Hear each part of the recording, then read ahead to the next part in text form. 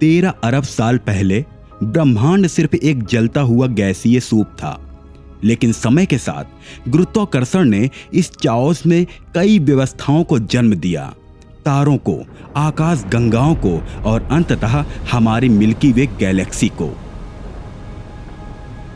हमने जाना कि यह आकाश गंगा जिसमें हम रहते हैं अब धीरे धीरे अपनी अंतिम अवस्था की ओर बढ़ रही है। स्लोन डिजिटल स्काई सर्वे की इंफ्रारेड तकनीक ने हमें पहली बार मिल्की वे का असली रंग दिखाया और पता चला कि हमारी यह गैलेक्सी अब युवा नहीं बल्कि बूढ़ी हो चुकी है। लेकिन सवाल यह था कि आखिर तारों का निर्माण क्यों रुक रहा है, जबकि मिल्की वे में आज भी वो सारे तत्व मौजूद हैं जो नए तारे बना सकते हैं। इसके पीछे छुपे कातिल की तलाश हमें लग गई। 12.5 अरब प्रकाश वर्ष दूर एक दूसरी गैलेक्सी W2246-0526 तक, जहां एक विशालकाय ब्लैक होल पूरे स्टार निर्माण को निगल रहा था। और यहीं से हमें शक हुआ हमारी मिल्की वे के अपने ब्लैक होल सैजिटेरियस ए पर, जिसने 60 लाख साल पहले एक शक्तिशाली धमाका किया था।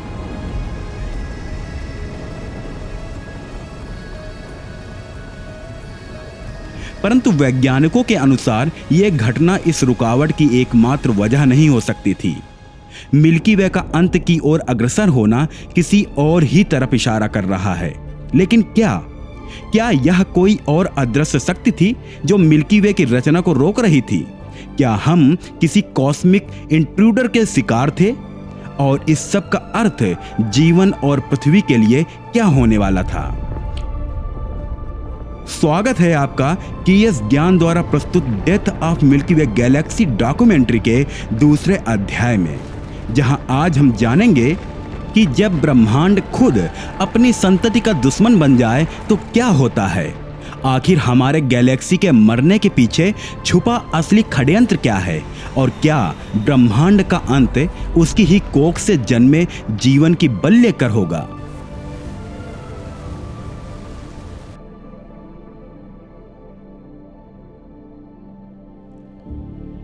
अब पिछले अध्याय में सैजिटेरियस ए ब्लैक होल वैज्ञानिक के शक के दायरे से बाहर हो चुका था।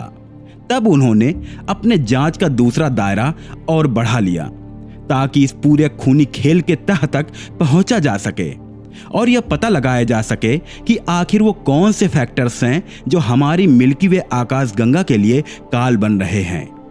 और इस खोजबीन में उन्हें एक दूसरा अपराधी मिला, द डॉर्फ गैलेक्सी, यानी कि एक बौनी आकाश गंगा। हमारे आकाश गंगा को अगर आप देखें तो ये 3 डिस्क से मिलकर ही बनती है, जिसमें एक इसका केंद्र न्यूक्लियस होता है, जहां आपको पता ही है कि एक विशालकाय ब्लैक होल मौजूद है।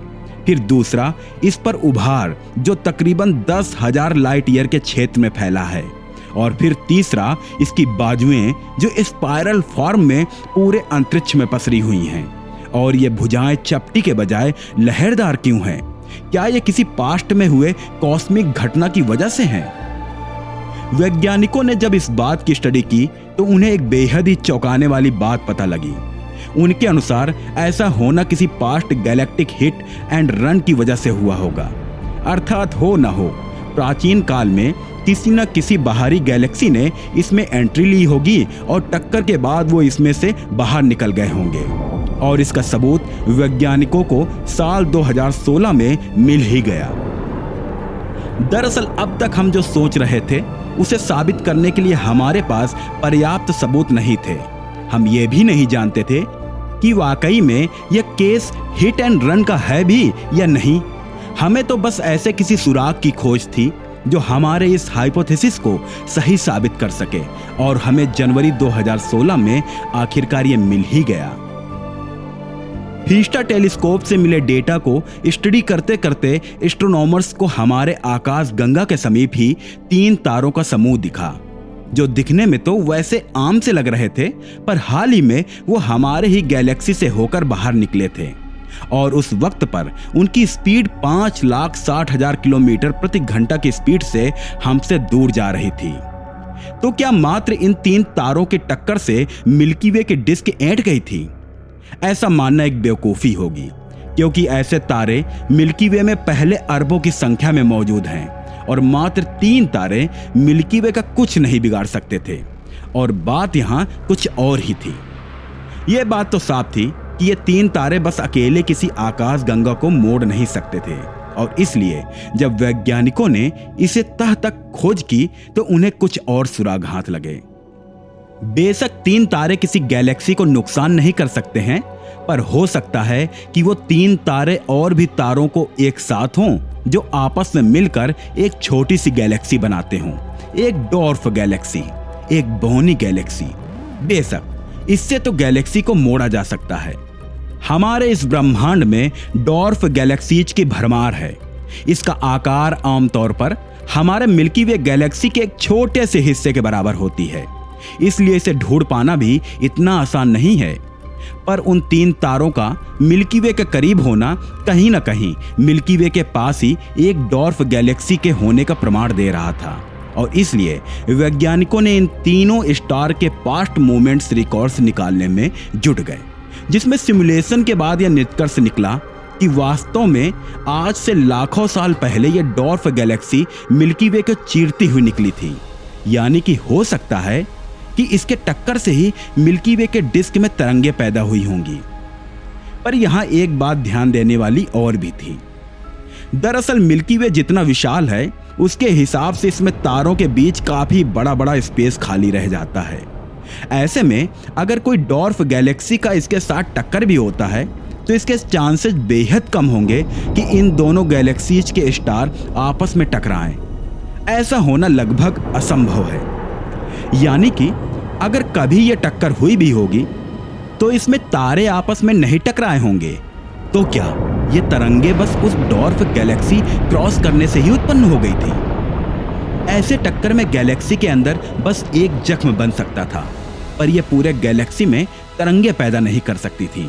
हाँ, पर अगर इनकी संख्या भारी मात्रा में रही हो तो शायद इसे गैलेक्सी के मुड़ने का कारण माना जा सकता था।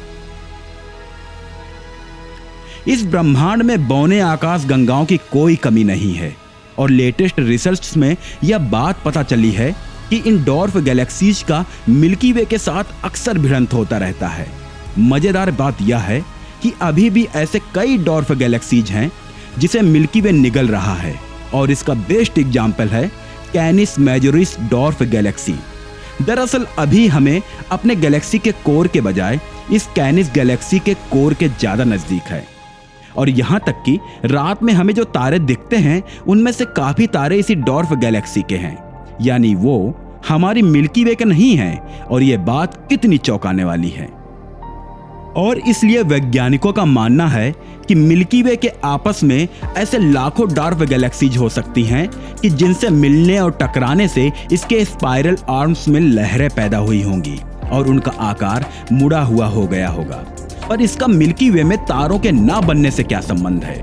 बिल्कुल, इसका संबंध मिल्की वे में तारों के फॉर्मेशन से डायरेक्टली है, क्योंकि जैसा कि आपने देखा डॉर्फ गैलेक्सीज के टक्कर से मिल्की वे पर कई स्पाइरल आर्म्स में लहरें पैदा हुई, जिसके परिणाम स्वरूप उसके उन स्पाइरल आर्म्स से गैसेस निकलकर इसके बीच में स्थित बड़े से उभार यानी कि बल्ज की तरफ बढ़ने लगी होंगी, और फिर बल्ज से ये तारे बनाने वाली गैसेस को सैजिटेरियस ए ब्लैक होल ने निगल लिया होगा।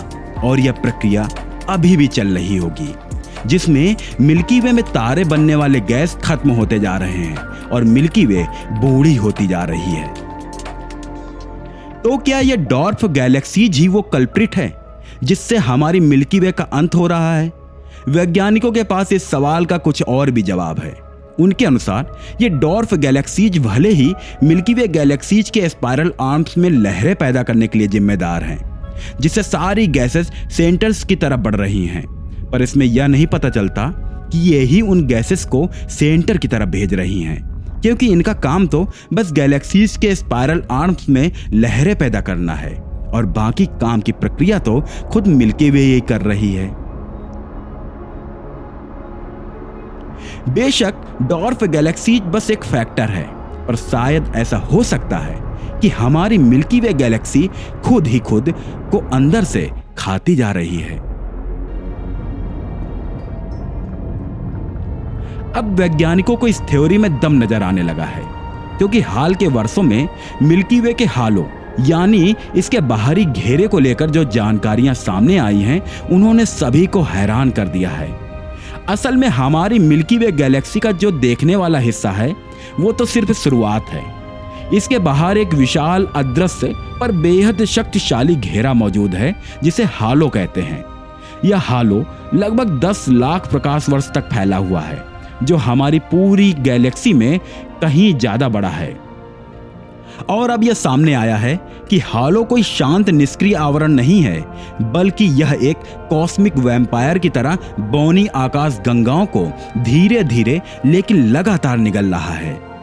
ये हमारी आकाश गंगा का सबसे डार्क और खतरनाक हिस्सा है, जो उन डॉर्फ गैलेक्सीज को आपस में अपनी ओर खींचता है जो इसके पास से गुजरती हैं, और फिर उनके ठंडे गैसेस को सोख लेता है, जैसे कोई ब्लैक होल नहीं बल्कि एक गैलेक्सी वैम्पायर हो। इस प्रक्रिया को वैज्ञानिक नाम देते हैं कॉस्मिक कैनिबलिज्म, यानी कि एक आकाश गंगा द्वारा दूसरी आकाश गंगाओं को निगलना। इन बौनी आकाश गंगाओं के भीतर मौजूद गैस क्लाउड्स, जो सामान्यतः तारे बनने में इस्तेमाल होते हैं, मिल्की वे के हालों द्वारा पहले ही निगल लिए जाते हैं। और क्योंकि ये गैस स्पाइरल आर्म्स तक पहुंच ही नहीं पाते, इसलिए स्टार फॉर्मेशन थम जाती है। और इसलिए यह मिल्की वे का वह आत्मघाती चक्र है जो दूसरों को निगलते निगलते इतना भारी हो गया है कि अब उसका खुद का संतुलन बिगड़ने लगा है। असल में यही है एक रहस्य की जड़, क्योंकि जब वैज्ञानिकों ने अपनी आकाश गंगा का मास मापने के लिए सटीक ग्रेविटेशनल लेंसिंग और सैटेलाइट गैलेक्सी ट्रैकिंग तकनीकों का इस्तेमाल किया, तो जो वेट सामने आया वो कल्पना से भी परे था। मिल्की वे का कुल भार अब 1.5 ट्रिलियन सौर द्रव्यमान से भी ज्यादा हो चुका है। यानी ये इतने भारी हो चुकी है कि अब ये अपना ही भार नहीं संभाल पा रही है। हमने गाइया स्पेस ऑब्जर्वेटरी और हबल टेलीस्कोप की मदद से मिल्की वे के बाहरी ऑर्बिट में घूम रही सैटेलाइट गैलेक्सीज और तारों की गति को ट्रैक किया, और उनसे पता चला कि मिल्की वे की ग्रेविटी अब इतनी इंटेंस हो चुकी है कि वो आसपास की ऊर्जा और सामग्री को निगल रही है, पर उसी प्रक्रिया में धीरे धीरे दम तोड़ रही है। दरअसल जब कोई आकाश गंगा बहुत ज्यादा मैसिव हो जाती है, तो उसकी ग्रेविटी एक वरदान नहीं बल्कि एक शाप बन जाती है। गैस क्लाउड्स, जो तारे बनाने के लिए सबसे जरूरी ईंधन होते हैं, उन्हें जितनी ठंडक और स्थिरता चाहिए होती है, उन्हें अब वो मिल्की वे के भीतर मिल नहीं रही। अब मिल्की वे की गुरुत्वाकर्षण इतनी तीव्र हो चुकी है कि ये गैस क्लाउड्स को ही अंदर खींच लेती है, या फिर उन्हें इतना सुपर हीट कर देती है कि वो कंप्रेस ही नहीं हो पाते, और जब कंप्रेस नहीं होंगे तो उनका तारों का बनना असंभव हो जाता है। यानी मिल्की वे अब एक ऐसी कब्रगाह बन चुकी है जहां गैसें आती तो हैं, पर या तो अंदर ही दम तोड़ देती हैं या जलकर उसी गैलेक्सी को खाली और निर्जल छोड़ देती है। ये एक खामोश आत्महत्या है, जिसमें कोई धमाका नहीं हो रहा, न कोई चिल्लाहट हो रही है। बस धीरे धीरे मिल्की वे दम घुटने से मर रही है, और वैज्ञानिकों की भाषा में इसे थर्मल क्वेंचिंग के नाम से जानते हैं। यह एक ऐसा ब्रह्मांडीय दम घोटने वाला चक्र है जिसमें एक आकाश गंगा का वजन ही उसका शत्रु बन जाता है। जहां बाकी आकाश गंगाएं नए तारे बना रही होती हैं, वहीं मिल्की वे अपने ही ताप और भार के नीचे धीरे धीरे जल रही है, दम तोड़ रही है, मर रही है। और यही वह अदृश्य जाल है जिसमें हमारी पूरी सभ्यता, हमारा सूर्य और शायद हमारा भविष्य भी उलझा हुआ है। यह एक धीमा जहर है। हमारी गैलेक्सी अब सिर्फ मरने का इंतजार कर रही है। उसमें अब नए सितारे पैदा नहीं हो रहे हैं, और आने वाले कुछ अरब वर्षों में यह सिलसिला पूरी तरह थम जाएगा। और वैज्ञानिकों का अनुमान है कि आने वाले 1 से 2 ट्रिलियन वर्षों में मिल्की वे में अंतिम तारा भी जलना बंद कर देगा, और फिर यह आकाश गंगा धीरे धीरे एक डॉर्फ डेड स्ट्रक्चर में बदल जाएगी, जहां सिर्फ ठंडी बुझी हुई लाशें होंगी, पुराने तारों की, ग्रहों की और शायद हमारे जैसे जीवन की भी। पर क्या यही इसका अंत होगा, या फिर ब्रह्मांड के किसी कोने में कोई नई कहानी जन्म लेगी?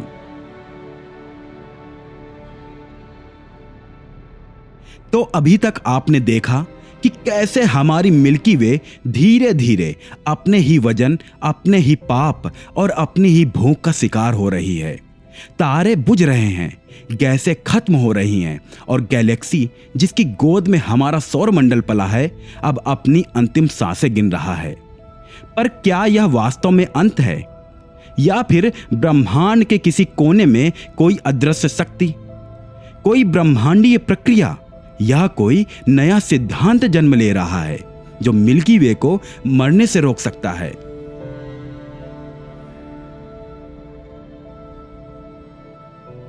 हमने हजारों आकाश गंगाओं को मरते देखा है, पर कुछ ऐसी भी हैं जो मरकर फिर से जीवित हो उठी हैं। ऐसे में क्या हमारी मिल्की वे का भी पुनर्जन्म हो सकता है? क्या कोई ऐसी गैसों की धारा, कोई ऐसी ब्रह्मांडीय फ्यूजन या फिर एंड्रोमेडा से होने वाली टक्कर एक नई फोनेक्स गैलेक्सी को जन्म देगी? स्पेस में कुछ भी छिन्नित नहीं होता। यहां जहां एक कहानी खत्म होती है वहीं एक नई कहानी शुरू हो सकती है। तो क्या सच में मिल्की वे की आखिरी चमक उसका नया सूरज बन सकता है? क्या यह मौत की दस्तक नहीं बल्कि पुनर्जन्म की आहट है? जानेंगे इस डॉक्यूमेंट्री के अगले और अंतिम भाग में। द रिवर्थ, क्या मिल्की वे लौटेगी एक नई शक्ति के साथ? एक रहस्य, एक आशा और एक ब्रह्मांडीय पुनर्जन्म की अद्भुत कथा सिर्फ कियस ज्ञान पर।